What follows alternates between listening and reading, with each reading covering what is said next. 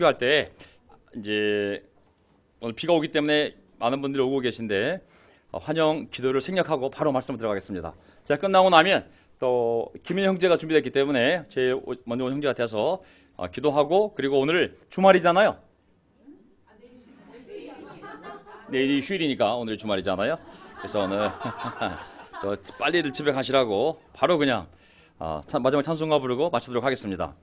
자, 오늘 로마서 2장을 제가 다 정리할 생각입니다. 로마서 2장을 보게 되면 지난 1장의 마지막 부분에 하나님의 의와 반대가 되는, 하나님의 의를 거부한 사람들이 살아가는 불의한 세상에 대하여, 정말 결국은 성적 범죄로 타락하고 마는 인간의 삶에 대해서 말씀을 드렸잖아요. 이제는 이제 유대인들, 하나님을 믿는 종교적인 사람들조차도 왜 예수님이 필요한지를 이제 로마서 2장에서 얘기하게 됩니다. 오늘 설교 제목은 이런 사람은 사람에게서가 아니라 하나님에게서 칭찬을 받습니다.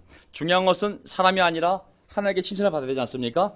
그래서 오늘 이게 본문에 나와 있는 말씀인데, 이 말씀을 가지고 오늘 설교 주제, 하나님의 의로운 심판, 공정하다, 의롭단 말이 같은 말일 수 있거든요. 하나님의 righteous한 심판에 대해서 한번 로마서 2장이 얘기하고 있는 말을 정리해 보도록 하겠습니다. 이쪽을 보게 되면요, 자, 유대인들은 특별히 선민 의식을 갖고 하나님의 선택된 백성으로서의 자부심은 필요했지만 그것이 교만으로 이어져서 남을 심판하는 일로 이어졌거든요. 그래서 유대인들에 대해서 유대인들이 우리는 하나님 앞에 의로워. 왜? 우리는 선민이야. 우리에게는 하나님이 있어, 성전이 있어, 율법이 있어, 할례를 받았어. 우리는 하나님께 의로운 백성이야 라고 얘기했지만은, 아니, 너희들이 믿는 그 의의 근거들, 선민의식, 율법, 할례 다 소용없다고. 그러면서 이제 로마서 2장에서 유대인들을 깨우쳐줍니다. 그래서 유대인들의 심판주의에 대해서 남을 심판하는 일로 결국 자기를 정죄하는 셈입니다. 남을 심판하고 정죄하는 것은 하나님이 하실 일이지 우리가 할 일이 아니거든요. 그래서 유대인들에 대해서 두 번째, 하나님께서는 유대인이든 그리스인이든 이방인이든 선민이든 차별 없이 선한 일을 하는 사람은 상을, 악한 일을 하는 사람은 하나님의 분노와 진노를 쏟아붓는다는 차별이 없다는 것을 말씀하시면서, 마지막에 그렇게 너희가 할례를 자랑하냐고, 진짜 할례는 몸의 할례가 아니라 마음에 받은 할례, 마음에서 성령 안에서 이루어진, 성령님이 마음의 죄를 잘라낸 그 할례가 참 할례지, 너희들 육체에 지닌 표로서의 할례는 아무 의미가 없다는, 절대 의의 근거가 될 수 없다는 것을 얘기합니다. 자, 이제 이 내용을 가지고 한번 본문으로 들어가 보도록 하겠습니다. 자, 오늘 본문 들어가기 전에 본문 내용이 딱딱할 수 있기 때문에 제가 시편 66편을 가지고, 우리 시편을 가지고 큐티하는 수준에서 한번 읽어보도록 하겠습니다. 시편 66편 8절, 백성아 우리의 하나님을 찬양하여라. 그분을 찬양하는 노랫소리 크게 울려 퍼지게 하여라. 아멘. 이 8절 말씀이 이루어졌습니다. 오늘 밤에. 아멘. 이 66장을 제가 8절부터 정리를 했는데요, 우리가 이 어느 단계에 반드시 들어가 있어야 돼요. 보세요. 이제 8절 우리 이루어졌어요. 왜? 하나님을 찬양하는 노랫소리 크게 울려 퍼져라. 백성아 우리의 하나님을 찬양하여라. 아멘. 오늘 이 8절 말씀이 우리 삶에 이루어졌습니다. 아멘.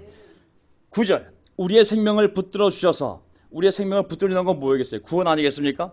우리가 구원받은 백성을 여기에 모였습니다. 아멘. 9절 말씀도 이루어졌습니다. 하나님의 손에 붙들림 받은 생명들이 이 자리에 모였기 때문입니다. 두 번째, 우리가 실족하여 넘어지지 않게 보살펴 주신다. 아멘. 하나님의 보호와 인도를 얘기하는 거잖아요. 그렇죠? 그래서 우리는 첫 번째 8절도 이루어지고 9절도 우리가 실족하여 넘어지지 않게 하나님이 붙들린 생명이 되어서 보살필 받는 인생도 이루어지고 있음을 믿습니다. 하지만 10절을 보게 되면 또 보세요. 하나님 주님께서 우리를 시험하셔서 은을 달고 정련하듯 우리를 연단하셨습니다. 사람이 성숙되고 성장하려면 반드시 하나님의 시련을 겪어만 되는 것이거든요. 시련 없이 성숙되지고 성장될 사람은 아무도 없어요. 어떤 신앙도 시련이 없이, 고난이 없이 정결한 신앙을 가는 것은 불가능해. 그래서 하나님 반드시 우리의 신앙을 순수하게 만들기 위해서 시험을 허락합니다. 어떤 분은 2단계에 있는 분도 있습니다. 또 어떤 분은 11절에 들어간 사람도 있어요. 우리를 그물에 걸리게 하시고 우리의 등에 무거운 짐을 지우시고, 때로는 우리가 실수하고 우리의 고집과 교만과 아니면 우리의 죄성으로 말미암아 한 일에 대해서 우리를 그물에 걸리게 하시고 우리의 등에 무거운 짐을 지우셨다고 그랬거든요. 때로는 하나님은 우리를 이렇게 징계하시고 또 훈련시키는 분임을 알 수가 있습니다. 어떤 분은 이 11절에 걸리신 분도 계세요. 자, 12절을 보게 되면 결과가 뭐냐면 전화위복, 모든 환인, 재앙은 그리스도 이름 안에서 반드시 하나님의 축복이 되게 되어 있어요. 12절, 사람들을 시켜서 우리의 머리를 짓밟게 하시니 우리가 불속으로, 우리가 물속으로 뛰어들었습니다. 잘 보세요.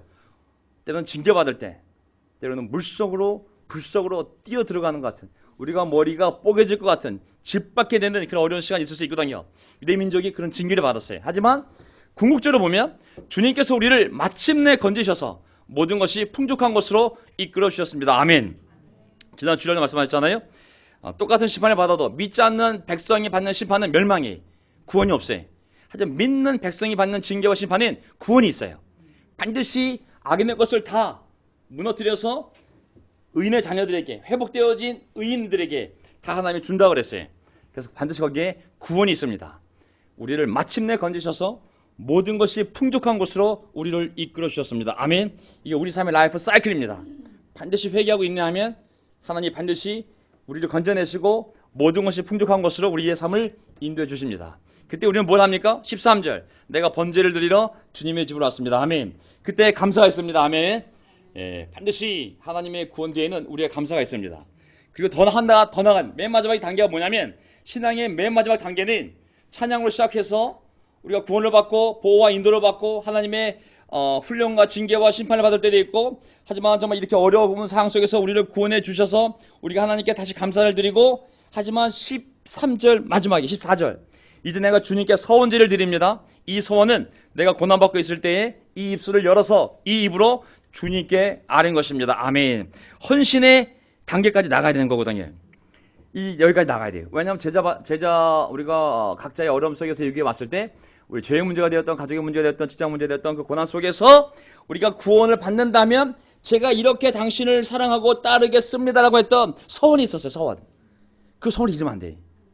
왜냐하면 하나님이 안 있기 때문에. 쌍방이 잊으면 좋은데 서원은 우리만 있지 하나님은 절대 서원을 잊지 않습니다. 우리가 한 서원을 반드시 지켜야 돼.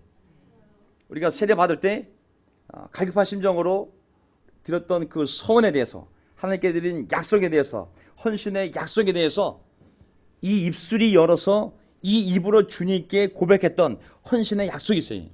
이 약속을 저버리게 되면 우리 삶이 절대로 행복한 쪽으로 가지 않습니다. 다시 이 헌신까지 돌아와야 돼. 감사에 머물러도 안 되고 헌신의 약속까지 돌아가서 하나님 앞에 우리 삶을 드려야 됩니다. 아멘. 네.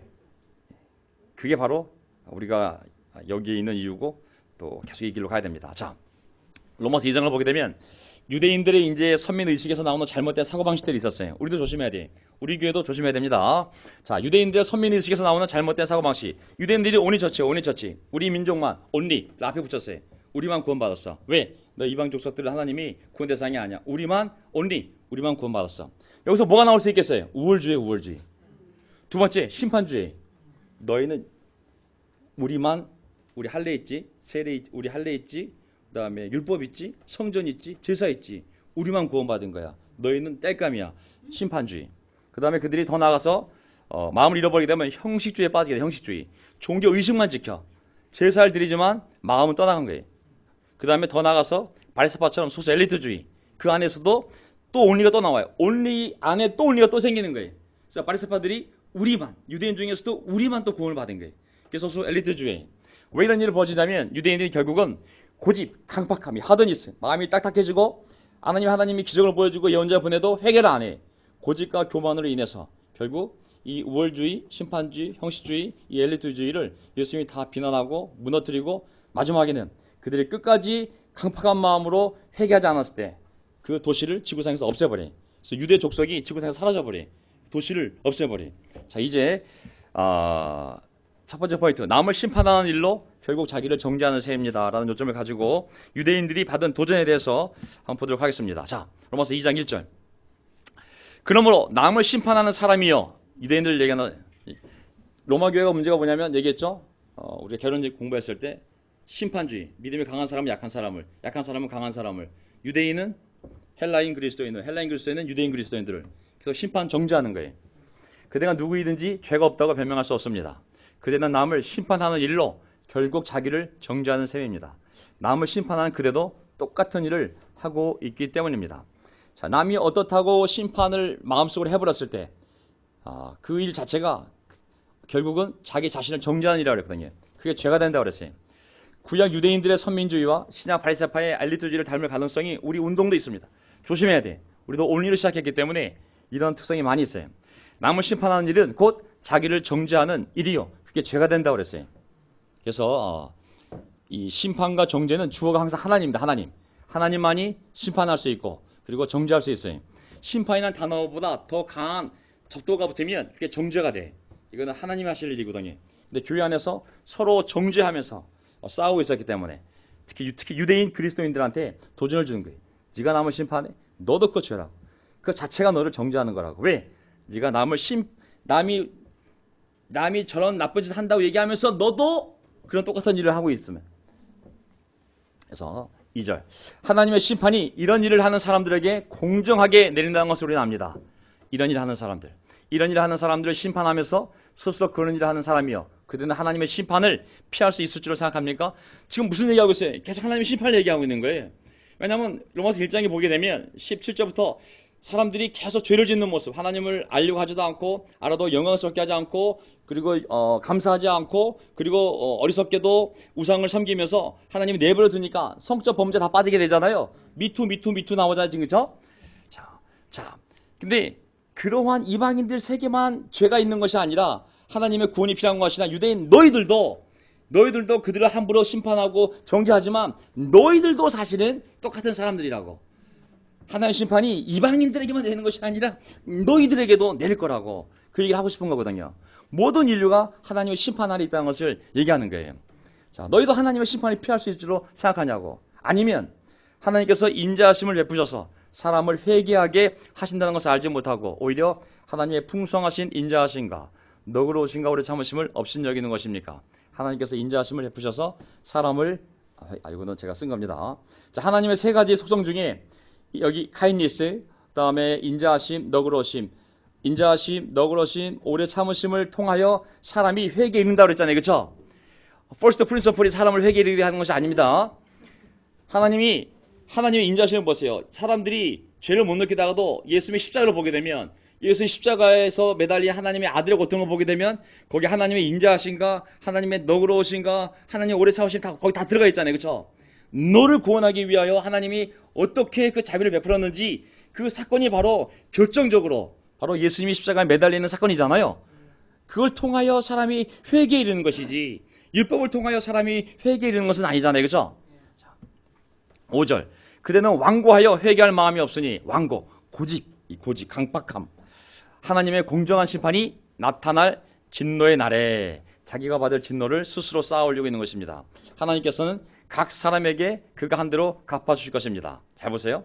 참으면서 선한 일을 하여 영광과 존귀와 불멸의 것을 구하는 사람에게는 영원한 생명을 주시고 이기심에 사로잡혀서 진리를 거스르고 불의를 따르는 사람에게는 진노와 분노를 쏟으실 것입니다. 여기 6절 보세요. 하나님께서는 각 사람에게 그가 한 대로 갚아주실 것입니다. 믿습니까? 하나님의 공정함, 의로운 심판의 근거는 뭐냐면 각 사람이에요. 각 사람.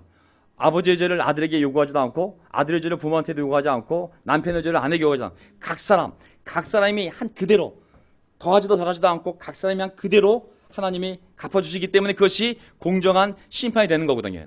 그래서 뭘 얘기하겠냐면 우리가 계속 하려는 7절에 참으면서 선한 일을 하여 참으면서 선한 일을 계속 해야 됩니다.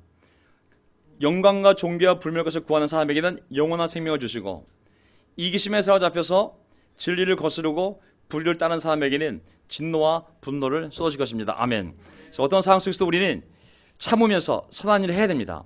뭘 추구해야 되냐면 하나님의 영광, 존귀, 영원한 것을 추구하는 사람에게는 그것으로 그대로 갚아주시고 하지만 하나님의 방법을 포기하고 이기심이라는 것이 뭐냐면 셀프 시킹으로 나오거든요. 자기 스스로 추구하는 거예요. 내 노력으로 내 확신으로 내가 생각한 진리를 가지고 내가 생각하는 확신을 가지고 율법을 통해서든 뭘 통해서든 살리는 사람은 하나님의 진노와 분노를 받게 될 거라고 말씀하겠습니다. 자, 악한 일을 하는 모든 사람에게는 유대 사람을 비롯하여 그리스 사람에게 이르기까지 환난과 고통을 주실 것이요 선한 일을 하는 모든 사람에게는 유대 사람을 포함하여 그리스 사람에게 이르기까지 영광과 존귀와 평강을 내려줄 것입니다. 하나님께서는 사람을 차별함이 없이 대하시기 때문입니다. 아멘. 자, 악한 일을 하는 모든 사람들에게는 유대 사람이든 그리스 사람이든 환난과 고통을, 선한 일을 하는 모든 사람에게는 유대 사람이 되었던 그리스 사람이 되었던 영광과 존귀와 평강을 하나님은 사람을 차별 없이 대하시기 때문입니다. 자, 우리가 어떤 어려운 상황 속에서도 일단 우리가 선한 일을 계속 선한 일을 그리고 이런 가치 있는 삶을 향하여 계속 가야 됩니다. 자, 두 번째, 하나님께서는 사람을 차별함 없이 대하십니다. 자, 이 유대인들이 이제 자랑으로 삼았던 것이 뭐냐면 율법이잖아요. 그러면 율법 없이 살았던 이방인들에 대해서는 하나님이 어떻게 심판하시냐면 하나님이 공정해야 되기 때문에 12절 율법을 모르고 범죄한 사람은 율법과 상관없이 망할 것이요 율법을 알고 범죄한 사람은 율법을 따라 심판을 받을 것입니다. 이해가 되십니까? 율법을 몰라, 법을 몰라, 범죄를 했어. 그러면 법을 몰랐어도 죄를 졌으니까 하나님의 심판을 받아 망할 것이요 법을 알아. 근데 법을 알고도 범죄했어. 그러면 법을 어겼기 때문에 심판을 받는다는 거예요. 유대인들 율법을 13절 하나님 앞에서는 율법을 듣는 사람이 의로운 사람이 아니라 오직 율법을 뭐하는 사람? 예, 실천한 사람이라야 의롭게 될 것이기 때문입니다. 하나님 앞에서 율법을 듣는 사람은 유대인들이 왜 율법이 있으니까 율법을 그들은 알았고 율법을 듣는 사람이었어요. 하지만 여기 보면 율법을 실천한 사람이 누구냐면 유대인이 아니더라도 이방인이랄지라도 그것을 실천한 사람이 의롭게 될 거라는 얘기거든요. 14절. 그래서 이방이 나옵니다. 율법을 가지지 않은 이방 사람이 사람의 본성을 따라 율법이 명하는 바를 행하면 그들은 율법을 가지고 있지 않아도 자기 자신이 자기에게 율법입니다. 이 말 이해가 되세요? 율법을 가지지 않은 이방 사람들 율법이 있어요 없어요? 모르잖아요. 율법은 유대 민족만 준 거잖아요. 사람의 본성을 따라 율법을 몰라. 뭐 십계명도 몰라. 레위기 율법도 몰라. 아무것도 몰라. 제사법도 모르고 아무것도 몰라. 근데 그 사람이 자기 본성에 따라서 율법이 명하는 바를 따라 실천하면 그들은 율법을 가지고 있지 않아도 자기 자신이 자기에게 율법입니다. 이해가 되세요? 아시게 됐죠? 자, 그러면서 사람의 본성이 나와요. 사람 본성. 사람의 본성이 두 가지가 있거든요. 첫째는 죄를 지으려는 경향, 죄성이 있어요. 이게 sinful nature예요. 그렇죠? 죄성. 죄를 지으려는 성질, 죄성. 인간이 죄를 지으려는 강한 성질이 있습니다. 사람의 본성이 기본적으로 죄성이에요. 죄성. 죄를 지으려는 본성이 있는 거예요. 죄는 아니에요. 죄는 아니지만 태어날 때부터 아담의 후손으로서 우리 안에 죄를 지으려는 강력한 자석 같은 죄에 끌려가는 성질이 있어요. 이거를 영어는 sinful nature라고 그래요. sinful nature. 자, 그 다음에 그러나 죄는 아니다. 2절. 그래서 사람이 태어날 때 죄성을 가지고 태어나요? 죄를 가지고 태어나요? 예. 죄를 가지고 태어나는 것은 그건 신학이에요. 신학. 성경에 나와 있지 않아요. 죄성을 가지고 태어나는 거죠. 태어날 때부터 죄인이 아닙니다. 그 죄성을 가지고 죄에 끌려서 자기 자유의지로 죄를 짓기 시작하기 때문에 사람이 죄인이 되는 것이죠. 2절. 하지만 사람의 본성에는 희미하지만 하나님의 형상이 있어요. 하나님의 형상은 뭐겠어요? 선한 일을 분별하고 따르려는 성질인 거거든요. 근데 굉장히 약해. 강한 것은 죄성. 하지만 희미하지만 아주 약하지만 약한 성질이지만 그 하나님의 형상이 남아있어요. 그럴 때는 선한 일을 생각하고 하려는 마음도 있어요. 하지만 마음은 간절하나 몸은 항상 몸에 지는 거예요. 이 죄성에. 그래서 죄성이 항상 강해. 그래서 좋은 마음이 있다가도 교회 갈까 하는 마음이 생기다가도 가지마 하면 안 가게 되는 거예요. 그래서 큐티를 할까 마음은 좀 작아요. 한 10% 정도 하지마 그러면 안 하는 거예요. 형제들을 만나러 갈까 한 10% 하다가 집에 있어 그러면 그냥 집에 있는 거예요. 육신의 소리가 훨씬 큰 거예요. 영적인 소리가 들리긴 들려요. 하지만 작은 거예요. 우리 죄성이 항상 압도하는 거예요. 그래서 혼자 이 삶을 살 수가 없는 거예요. 그래서 이 공동체에 있다가 나가면 대부분 다 정신이 이상해질 수가 있어요. 7 귀신이 들어가기 때문에. 귀신이 하나 할 때도 우리가 감당을 못했는데 7 귀신이 들어가게 되면 우리의 약한 하나님의 형상의 그림자 같은 거로는 감당할 수가 없어요. 15절. 자, 그런 사람은 율법이 요구하는 일이 자기의 마음에 적혀있음을 드러내 보입니다. 율법이 요구하는 일이 자기 어디에 적혀있다 그랬어요? 마음에. 유대인들은 문자로 적혀있어요. 율법 조문이 있어요. 딱 피면 율법 조문이 있어요. 근데 이들은 율법이 없어. 이방 족속이야. 근데 그들 양심의 마음에 그 율법에 하지 말한 것들이 어렴풋하게 여기 있는 거예요. 마음에. 그들의 양심도 이 사실을 증언합니다. 그들의 생각들이 서로 고발하기도 하고 변호하기도 합니다. 율법이 요구하는 일이 그들의 마음에 적혀 있는데 그 증거가 뭐냐면 두 가지인 거예요. 양심과 생각들인 거예요. 어떤 사람들이 아기가 우물가에서 빠져 죽으려고 그럴 때 양심 있는 사람은 하고 막잖아요. 그거 뭐겠어요? 양심이에요. 양심. 또 우리가 어떤 걸 하려고 할 때 야 이거 죄인데 이거 하면 안 되는데 생각이 일어나요? 안 일어나요? 일어나잖아요. 우리의 양심과 생각들이야말로 이방인 할지라도 율법을 몰라도 율법이 요구하는 것들이 우리 마음에 적혀 있다는 것을 나타내는 증거라는 거예요. 그래서 이 내용을 보게 되면 인간이 만든 모든 종교는 다 어느 정도의 뭐하고 뭐가 있다고 그랬어요? 도덕성, 윤리성이 있는 거예요. 하나님이 정확히 계시해준 기준이 아니더라도, 하나님이 예언자를 통해서 정확하게 알려준 하나님의 말씀이 아니더라도 인간들이 자신들의 양심과 생각에 비추어서 스스로 도덕적인 기준과 윤리적 기준을 만들고 체계화하고 책을 만들 수 있는 거예요. 그게 바로 공자가 쓴 책이요, 부타가 쓴 불경이요, 마호메트가 쓴 코란이요, 맹자, 장자, 순자 라는 사람들이 쓴 책들이 다 이런 종교성과 이런 도덕성과 윤리성을 지니기 때문에 정확한 하나님의 계시를 몰랐을 때 사람들은 그것을 의지하면서 도덕적으로 살려고 그러고, 그리고 양심적으로 살려고 노력을 했던 것이죠. 그래서 보면 우리는 생각을 가지고 참과 거짓을 분별합니다. 참은 true, 거짓은 false. 그래서 이 생각, 이성을 가지고 진리와 관련된 지식을 우리가 찾고 만들어낼 수 있는 거예요. 하지만 양심이 있어요. 양심은 옳고 그름, right and wrong이에요. 이게 옳은 일이 도덕적으로 옳은 건지 아닌 건지. 이게 돈을 훔치는 것은 진리와 거짓의 문제가 아니잖아요. 옳고 그름의 이슈잖아요. 그렇죠? 우리 양심은 바로 윤리, 도덕적인 것에 대해서 반응을 하거든요. 사람들은 생각과 양심을 가지고 율법을 몰라도, 유대인들처럼 율법을 몰라도 그들이 생각하고 양심하는 거 보면 하나님의 형상이 남아있기 때문에 그들의 생각과 양심에 하나님이 준 율법이 없다 할지라도 율법에 담긴 그 뜻을 어느 정도 그 생각하고 실천하려는 그러한 증거가 있다는 것이죠. 자, 이런 일은 내가 전하는 복음대로 하나님께서 그리스도를 내세우셔서 사람들이 감추고 있는 비밀들을 심판하실 그날에 드러날 것입니다. 사람들의 비밀이 있습니다. Secret of man이라고 했잖아요. 우리는 모르지만 사람들이 도덕적으로 사람들이 생각과 양심에서 해야 되는데 안 한 것들, 하지 말아야 되는데 한 것들, 율법은 없어도 그들이 고민하고 했던 것들, 아는 것들을 결국은 하나님이 예수님을 통하여 다 드러낼 거라고 그랬어요. 우리는 몰라요. 사실은 그 사람이 어떻게 살아왔는지.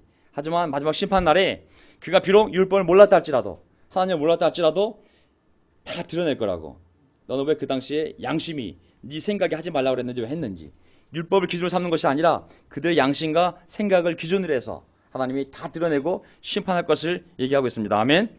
자, 그래서 우리 옛날에 보면 하나님의 율법을 모르고 예수님도 모르고 하나님도 모르고 죽었던 사람들 다 지옥 갑니까? 아니면은 하나님이 그들의 생각과 양심을 근거로 해서 심판하시겠습니까? 그렇죠. 사무리 얘기하면 돼. 옛날에 어떤 한 사람이 저한테 이런 얘기했어요. 내가 왜 교회를 안 나가기 시작했냐면 어느 날 주일학교 가서 선생님한테 물어봤더니, 전도사한테 물어봤더니 전도사가 뭘 물어봤냐면 이 친구가 옛날에 착한 사람들 중에 예수를 모르고 하나님을 모르고 말씀을 모르고 죽은 사람 어떻게 됩니까? 물어봤을 때 다 지옥 가지. 그랬더니 예수 모르면 다 지옥이야. 그때 이분이 야, 이렇게 신이 편협한가? 이렇게 기독교가 무서운 편협한 종교인가? 마음을 딱 닫았다는 거예요. 지금까지도 안 믿는데 그 상처 때문에. 근데 그건 아니죠. 성경 그렇게 얘기 안 하거든요. 율법을 몰랐어도 그 사람의 양심과 생각을 근거로 해서 그리스도를 통하여 하나님이 그들을 심판할 거라고, 때가 되면. 무슨 아시겠죠? 자, 성경은 심판 얘기를 굉장히 많이 합니다. 제가 구약 설교하면서도 심판 얘기가 계속 이스라엘 백성에 대한 심판 얘기가 나오지만 이제 종말이 되면 예수님 다시 오시면 온 이 세상을 심판할 거거든요. 이 성경의 가장 중요한 주 중에 하나가 심판이다. 심판을 빼게 되면 성경에 설교를 할 수가 없어요. 왜냐하면 심판이 있기 때문에 우리가 두려움을 갖게 되고, 두려움 때문에 겸손해지고, 겸손해져야 복음을 받아들이게 되고, 복음을 받아들여야 복음 안에 하나님의 의가 나에게 전가되어져서 내가 이 심판으로부터 구원을 받는 것인데, 심판이 없다면 우리가 모이는 이유가 아무 이유가 없는 거예요. 그냥 마태복음 5장 21절 예수님은 입만 열면 심판을 얘기해요. 하나님의 심판에 대해서. 구약 얘기하면서 모세오경에 살인하지 말라고 그랬지. 왜? 살인하면 심판을 받게 될까 써있지. 맞죠? 5장 22절 형제들한테 논하지 말라고. 왜? 이제 심판을 받게 되니까. 형제를 미련한 놈이라고 그러면은 구원받지 못한 사람은 지옥불에 던져진다고 그랬거든요. 심판, 정죄를 얘기하는 거잖아요. 마태복음 10장 15절 내 말을 안 받아들여? 야, 이런 기적을 했는데도 안 받아들이? 가버나움아, 벳세다야, 너희는 심판날에 소돔과 고모라 땅이 더 나을 거라고. 심판날 예수님이 항상 얘기했거든요. 마태복음 12장 18절 보세요. 자, 하나님이 그 예수님에 대해서 자기 아들에 대해서 어떻게 얘기했냐면 내가 택한 종, 곧 내 마음에 기뻐하는 바 내가 사랑하는 자로다. 내가 내 영을 그에게 줄 터이니 그가 성령 충만하면 그가 내 아들이 메시아가 무엇을 이방에 알리리라? 심판을. 지금 복음의 핵심은 심판이에요. 심판. 회개하지 않으면 오늘 밤이라도 네가 죽으면 하나님의 심판을 받는다는 것이 복음의 내용인 거예요. 그것을 피할 수 있기 때문에 기쁜 소식이 되는 거거든요. 심판을 성경은 계속 얘기하고 있거든요. 마태복음 10장 41절 심판 때에 니느웨 사람들이 일어나서 이 세대 사람들을 정죄할 거라고. 왜? 이렇게 전도해도 이런 수많은 기적으로 하나님 아들의 부활까지 증거하면서 전했어도 불구하고 그들이 믿지 않고 회개하지 않았기 때문에 심판 때 그들이 정죄를 당할 거라고 그랬거든요. 심판. 요한복음을 보게 되면 예수님은 더 많이 심판에 대해서 얘기했어요. 하나님이 그 아들을 세상에 보내신 것은 세상을 심판하려 하심이 아니요 그로 말미암아 세상이 구원을 받게 하려 하심이라. 아멘. 지금은 심판의 때입니까? 구원의 때입니까? 예. 예수님 메시아가 다시 오시기 전까지는 구원의 때인 거예요. 오시면 심판의 때인 거예요. 더 이상 구원을 받을 수가 없어요. 318절 그를 믿는 자는 심판을 받지 아니하는 것이요 믿지 아니하는 자는 하나님의 독생자의 이름을 믿지 아니함으로 벌써 무엇을 받은 것이다? 심판. 하나님의 아들 그분의 이름에 따라서 구원과 심판이 결정이 나는 거거든요. 5장 22절 아버지께서 아무도 심판하지 아니하시고 심판을 다 누구에게 맡겼다 그랬어요? 아들에게. 예수님이 심판하러 오시는 거예요. 오늘 밤 오시면 그는 구원자로 오시는 거예요? 심판자로 오시는 거예요? 구원자로 오는 게 아니라 심판. 예수님 오시면 심판하기 위해서 오시는 것이지 구원하러 오시는 것이 아니거든요. 예수님 오시기 전까지는 구원의 날이요 예수님이 오시면 심판의 날이 그것이 바로 여호와의 날이 되는 거거든요. 5장 24절 내가 진실로 너에게 이르노니 내 말을 듣고 또 나 보내신 이를 믿는 자는 영생을 얻었고 심판에 이르지 아니하나니 사망에서 생명으로 옮겼느니라. 우리는 누구예요? 이미 심판의 정죄를 벗어나서 죄를 용서함 받고 사망에서 생명으로 옮긴 자들이잖아요. 그렇죠? 그래서 우리가 영적 생명이 있는 겁니다. 아멘. 영적 생명이 있는 이유가 바로 그겁니다. 자, 선한 일을 행한 자는 생명의 부활로 악한 일을 행하는 자는 심판의 부활로 나오리라. 모든 사람 부활하게 돼 있어요. 죽으면 끝이 아니 반드시 부활하게 돼 있어요. 어떤 부활이 있어요? 생명의 부활과 심판의 부활이 있는 거예요.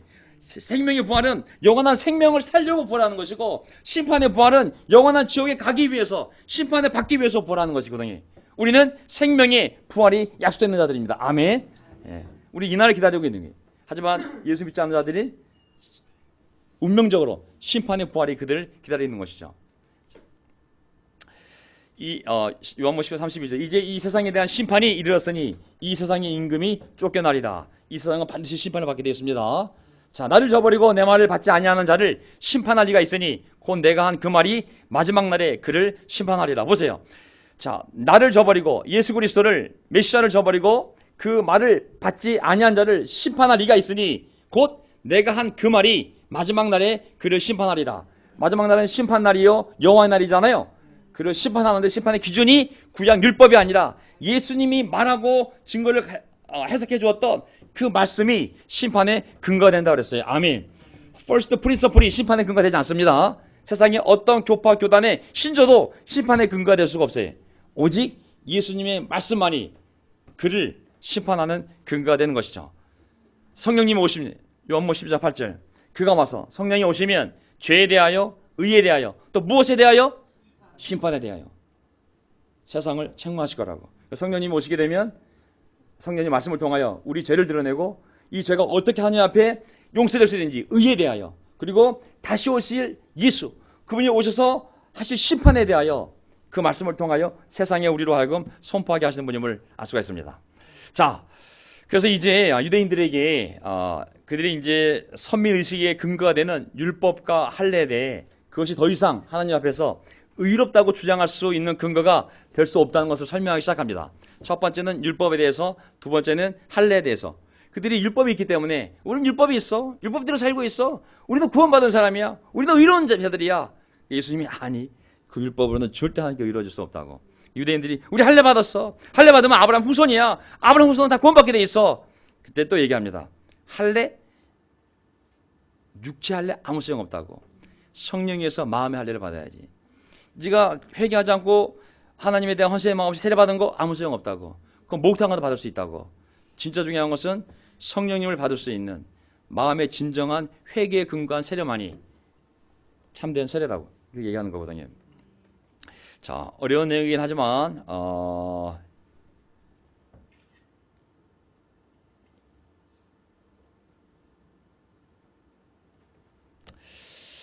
여기 다 끝나고 20몇째 끝나거든요. 여기 이거 끝내야 3장을 들어갈 수 있기 때문에 내일 노시죠.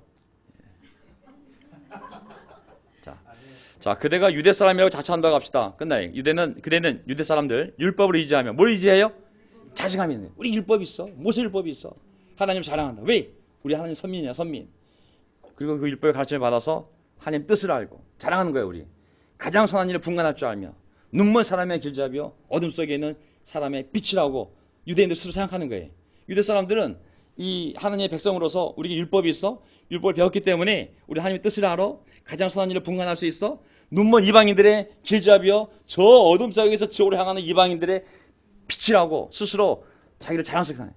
이런 사람들은 구원받은 사람이 안 받은 사람들이 스스로 생각하기에 그들 생각에는 100% 받은 거예요. 우리가 안 받으면 누가 구원받아? 이렇게 생각하는 하나님 뜻 따라 사랑과 분별에 눈먼 사람 길잡이요 없는 사람이 우리야말로 구원받은 사람이라고. 유대인들이 이렇게 교만에 빠져 있는 거를 이제 사도 바울이 아니 너희도 구원받은 거 아니라고 이제 알려주는 거예요. 자, 온리 처치이기 때문에 가능한 이 교만들이거든요, 사실은.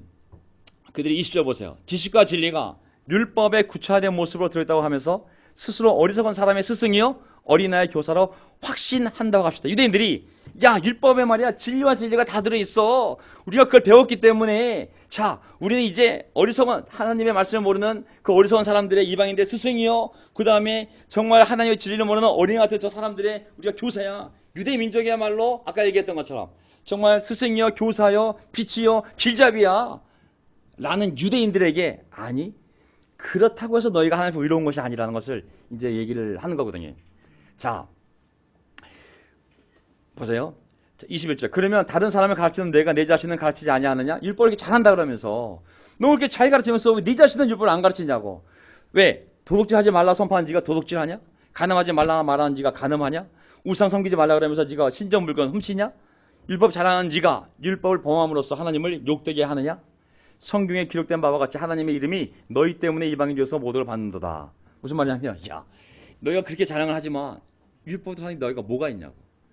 남을 정죄하고 심판이나 하고 너희들이 율법을 가르친다고 하지만 가르치는 걸 네 자신에게나 가르치라고. 너희들도 율법대로 살지 않으면서 어떻게 그 율법을 가지고 하나님 앞에 감히 구원받았다고 얘기할 수 있겠냐. 너희들 삶을 보라고. 오히려 너희들이 그렇게 행동하기 때문에 너희 때문에 하나님의 이름이 이방 사람들 가서 모독을 받지 않냐고.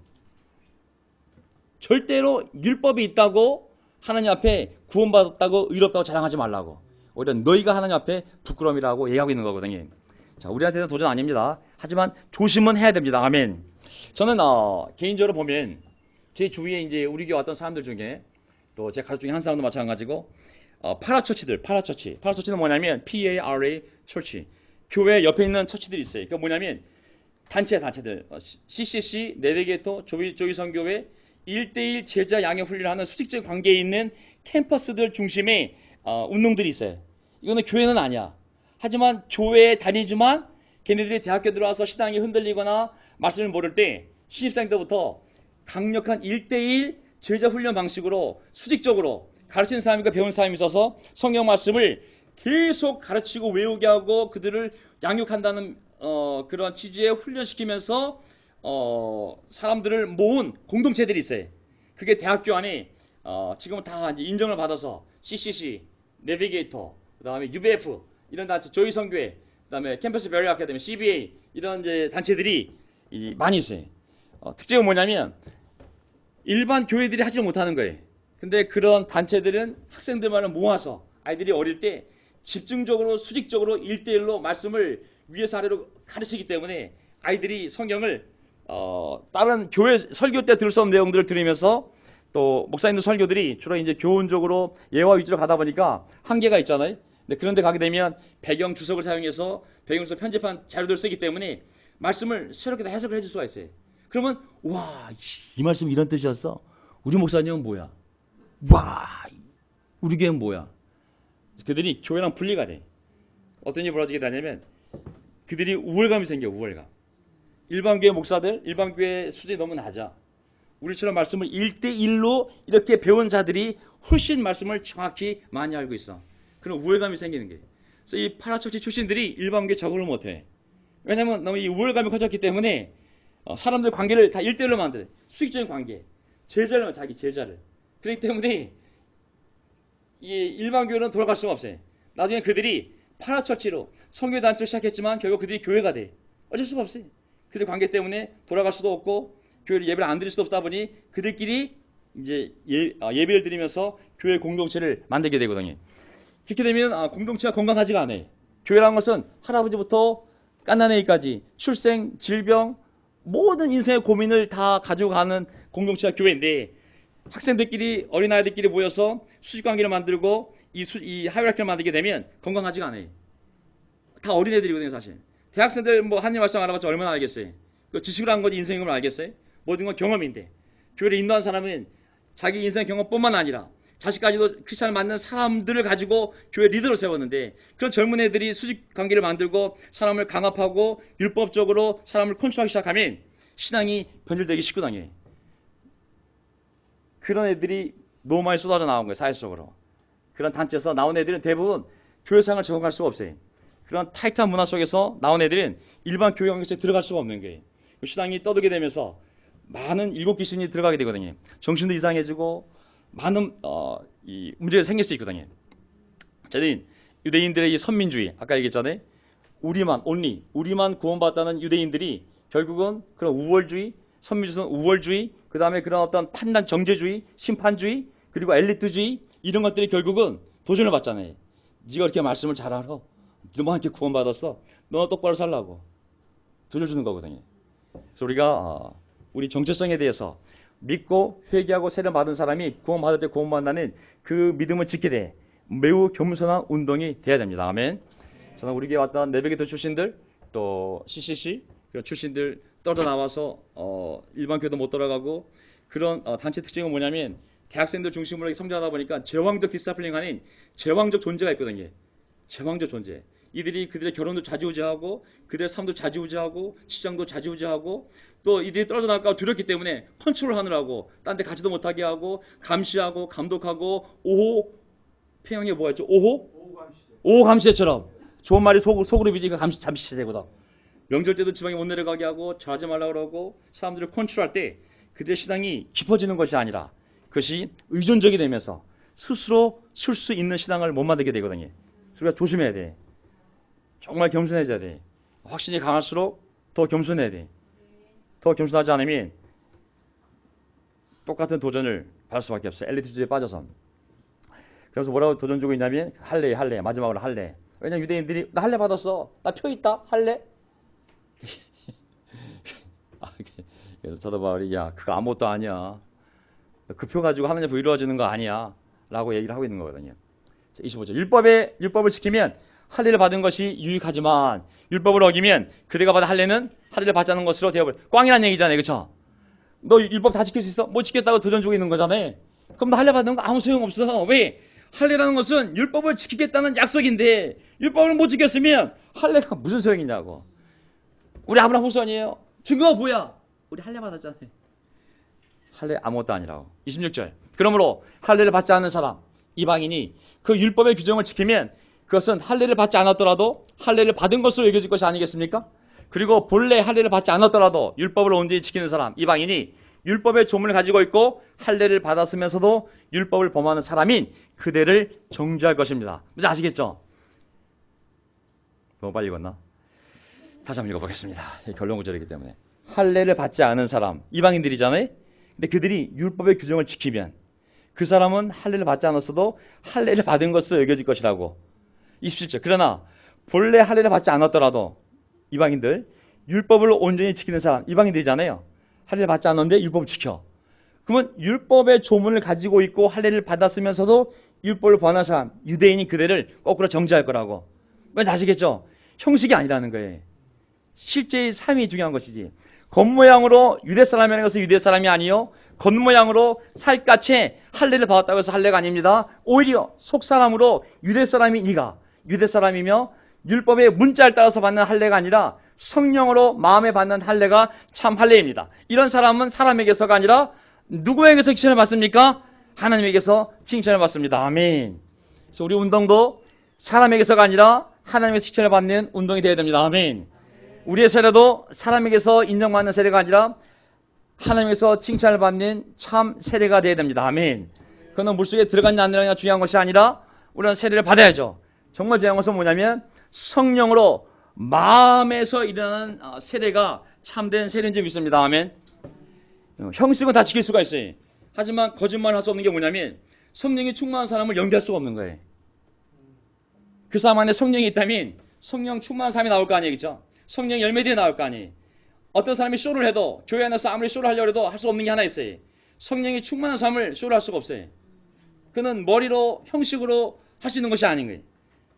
그것은 진정코 마음의 성령으로 할례 받은 사람들, 정말 자기 죄를 진정으로 뉘우치고 하나님 앞에 서원제를 드리고 그리고 제자에 사는 진정한 구원받은 사람과 그런 마음이 없이 형식 속에서 앉아있는 사람하고는 시간이 지나면 드러날 수밖에 없어요. 그게 뭐냐면 교회가 어려졌을 때 800명 이상 떠난 사건도 물론 그 중에는 좋은 마음을 가지고 다른 교회 간 사람도 있어요. 미국에 있는 교회들 아니면 이 상처 때문에 아이소셜 교회가 아니라 전통 교회로 간 사람도 있어요. 또 어떤 사람들은 그냥 다 싫고 다른 교회로 간 사람도 있어요. 우리가 판단할 문제가 아니지만 정말 중요한 건 뭐냐면 하나님을 떠난 사람들은 그 안에 정말 우리가 받은 진정한 세례, 진정한 회개, 진정한 결정, 그리고 하나님의 참된 용서가 이루어졌다면 그리고 우리 안에 삶에 참된 성령님의 인도하심이 있다면 우리는 성령이 주는 증거를 가지고 살아갈 수밖에 없는 것이다. 끝났네요. 자, 그래서 제 결론은 뭐냐면 성령으로 마음에 받는 할례가 참 할례인 것처럼 우리의 세례도 마찬가지라는 거죠. 성령 안에서 진정성 있는 회개와 함께 결정하고 살아가는 삶이 참된 제자의 삶인 줄 믿습니다. 아멘. 자, 어려운 내용인데 이게 로마서 2장이거든요.